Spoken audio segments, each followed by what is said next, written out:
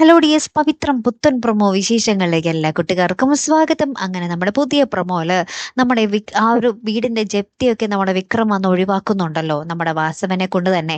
അപ്പൊ നമ്മുടെ വേദ വിക്രത്തിനെ നൈസായിട്ട് ഇങ്ങനെ മാറ്റി നിർത്തി ചോദിക്കുന്നുണ്ട്, നിങ്ങൾ എന്ത് പണിയാ അവിടെ കാണിച്ചേ എന്ന് ചോദിക്കുന്നുണ്ട്. അപ്പൊ ഇങ്ങനെ പറയുന്നുണ്ട്, വാസവന്റെ മോളെ ഇങ്ങനെ പേടിപ്പിച്ചിട്ടാണെന്നൊക്കെ പറയുന്നുണ്ട്. അപ്പൊ നമ്മുടെ വേദ പറയുന്നുണ്ട്, അത് എന്തായാലും ചെയ്തത് ശരിയായില്ല, നമുക്ക് ഒന്നും കൂടി ആ കൊച്ചിനെ കണ്ടിട്ട് ഒരു കേക്കൊക്കെ മേടിച്ചുകൊണ്ടേ കണ്ടിട്ട് നമുക്കൊന്ന് ആഘോഷമാക്കണം എന്നൊക്കെ പറയുകയാട്ടോ.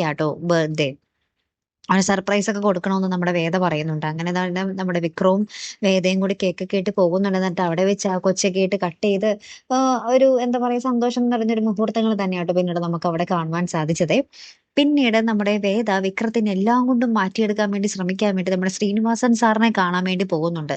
പക്ഷെ അതിന്റെ അനന്തരഫലമായിട്ട് നമ്മുടെ വേദയ്ക്ക് കിട്ടുന്നത് എന്നേക്കുമായിട്ട് വിക്രം തന്റെ ജീവിതത്തിൽ നിന്ന് നഷ്ടപ്പെടുന്ന ഒരു നിമിഷങ്ങൾ തന്നെയാണ്.